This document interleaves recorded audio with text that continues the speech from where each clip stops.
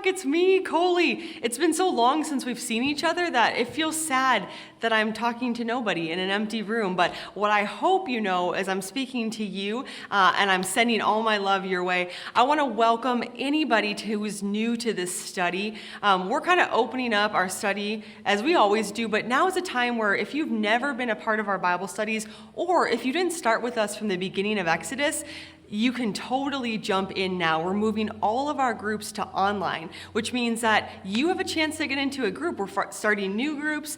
We're adding some members to other groups. So if this is your first time, welcome to Bible study. If you're coming back and joining us again, thank you so much for being with us as we go through the book of Exodus. It's been a 20-week series, and we are down to the last 4 weeks of study. We've made this session 6 weeks just so that we have a chance to get to know each other, to jump online, all that stuff. But I don't know about you, but there is no better time that I can think of than to be in the Word together in a season of quarantine, a season of isolation. I feel like this is a gift from God for us to be able to be in community, to be encouraging one another and praying for one another and studying God's truth and His promises together. So welcome to everybody who's joining us for the first time. I have a few just brief housekeeping things I want to go over. This is just our basic introduction. The official teaching will start next week. I just wanted to familiarize and orient everybody to what we're doing in this season. So, as you know, we're going through the book of Exodus. This is the study guide that we had before, so we'll be sticking with it. If you're new and you don't have a study guide, no worries. We've made all of our resources available online at cachurch.com/WBS. That's where you can find talks every week. That's where you can find printable guides to this. And that's where you can also sign in if you don't have a Zoom group to meet with. So check that out for resources. Your leader will provide questions for your group each week.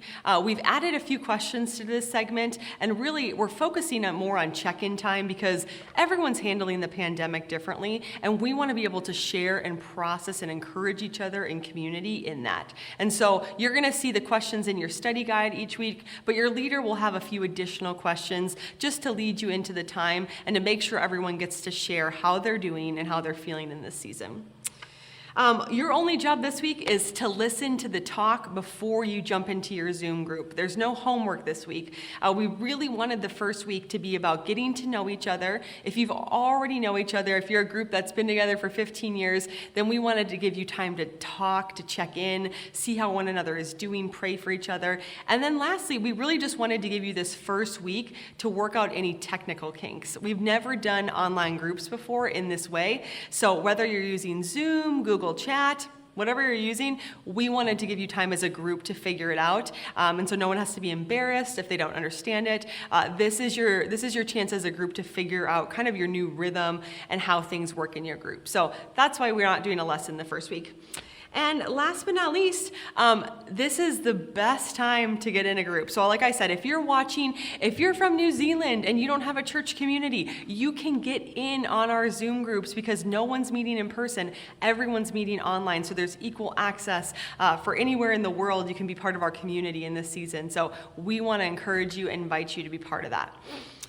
I want to give you a little bit of the overview of Exodus. Some of you might be jumping in for the first time, and those of you who were with us the whole time, you might have totally forgotten what we studied a few weeks and months ago because this pandemic has felt like we've been in quarantine for years. So I just want to give you a little brief overview of Exodus.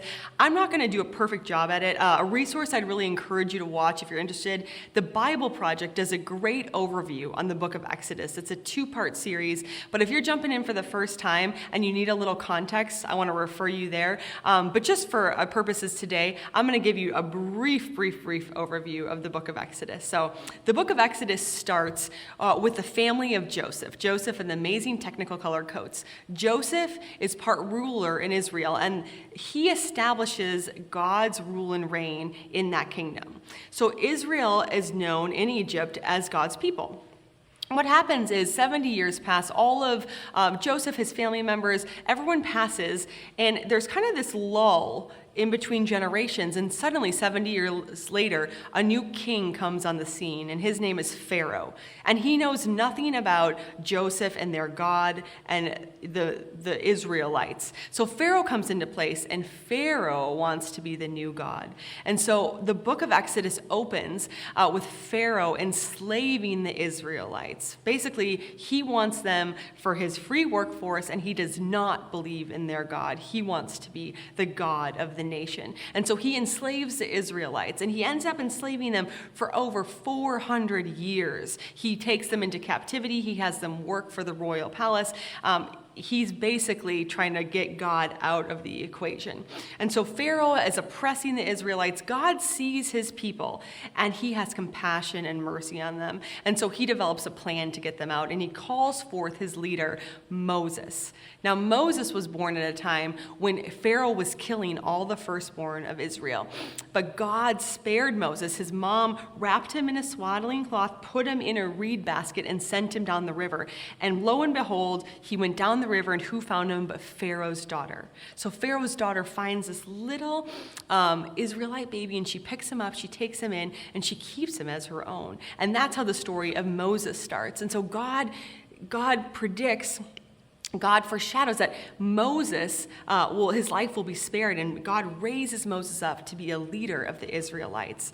So when Moses becomes of age, God calls me, he says, I want you to lead my people out of this captivity. And Moses says, how do I do that? I can't do that. Who am I to do that? The Lord says, I will be with you. I'll do it through you. And so God starts with a series of 10 plagues. And basically, he's casting all of his judgment on Pharaoh and his kingdom. After the 10 plagues, Pharaoh's had enough. Pharaoh finally says, all right, Moses, you can take your people. Everybody who I've enslaved, you guys can go. Just leave. We don't want any more plagues. So Moses takes the Israelites out of Egypt. And then 3 days after they've been wandering, Pharaoh realizes, what am I doing? I can't let these people go. So he sends his army, he sends his best chariots. He says, bring my slaves back. And so Moses and in the community are wandering in the desert, and they look over their shoulder, and who's coming but Pharaoh to take them back into captivity. And so Moses and the people are stuck right at the shore of the Red Sea. They're surrounded by water. There's no way out. Moses prays, Lord, will you spare us? Will you deliver us? And God parts the Red Sea, and Moses and the Israelites walk across the ground, the dry ground, to safety on the other side. And as Pharaoh's army goes in, the Lord closes the seas and wipes them out. That's where we begin our next portion of the Exodus journey. The first part was, this is our God. The second part is lessons from the wilderness. So now that Moses has safely delivered the people to safety, and Pharaoh is no longer their ruler, we see the Israelites start to embark on a journey that ends up being 40 years. 40 years. Can you imagine? 40 years where the Israelites are wandering in the desert and looking for the promised land. And you might be wondering, why would God allow them to wander for 40 years? And that's what we're studying in this book. And so there's just 2 points I want to share with you just to kind of encourage you and to cast vision for where we're going in this series of lessons from the wilderness. And the first point is, God uses the wilderness to mold us. God uses the wilderness to mold us. God had taken a people that had been enslaved for 430 years, and then he set them free, but there was still so much bondage in them to worship, to fear, to security. They were enslaved to things that were not God. And so God brought them to the wilderness as a way to mold and form them. And I wonder if that sounds familiar to anybody right now in this pandemic. God uses the hard circumstances in our life, in our desert seasons, in the wilderness, when there seems like no hope, when there's nothing around. God uses those times to mold us and to form our character. And so I don't know where you're at today. I don't know if this season has been hard for you, challenging for your family. But I want to encourage you, if you're in your own wilderness, God is using it for your good. There's a verse I want to share with you out of the book of Romans. And it says, and we know that in all things God works for the good of those who love him, who have been called according to his purpose. So God has a purpose for us in this wilderness. Nothing that we experience is it's never in vain. God uses everything for good.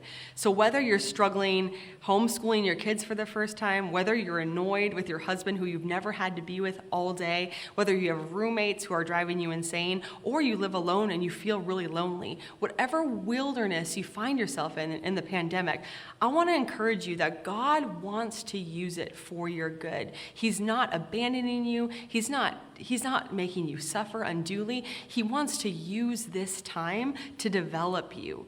And as I was sitting praying the other day, I really felt like, for me, the Lord was inviting me to enter a time of inward reflection.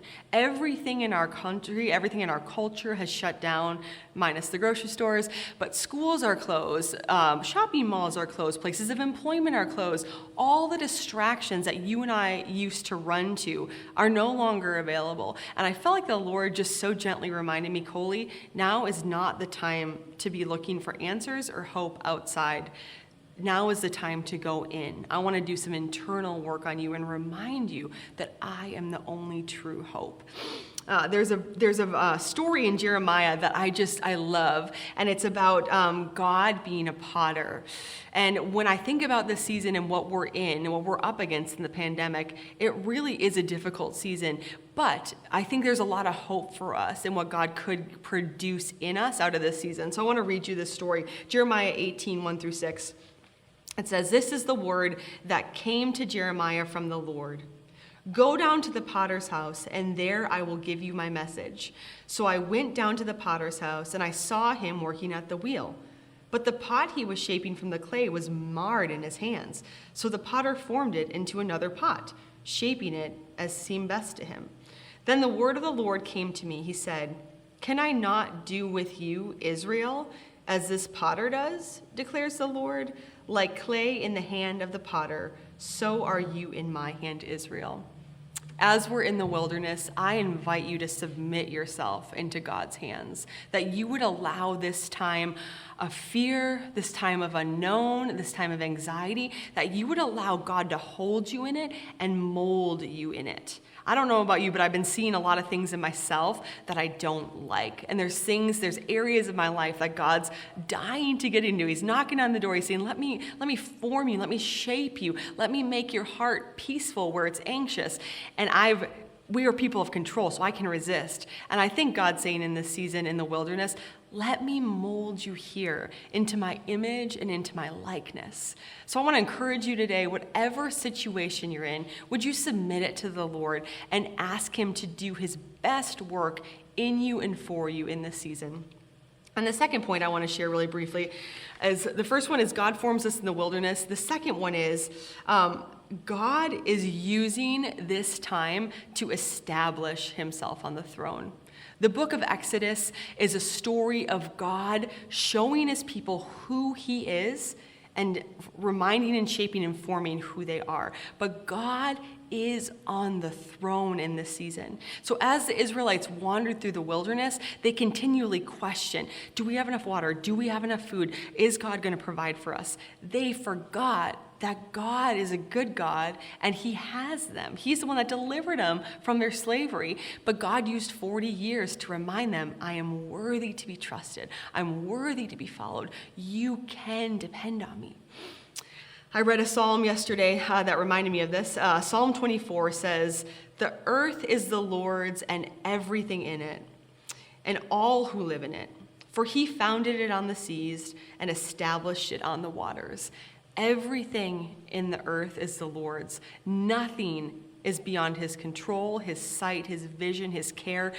Everything is his. And so in this season, when we're wondering, what do we do? What's going to happen? We can look at the God who established the world, who created the seas, the waters, the people, animals, who created everything. We can trust that he knows what he's doing and he has a good plan.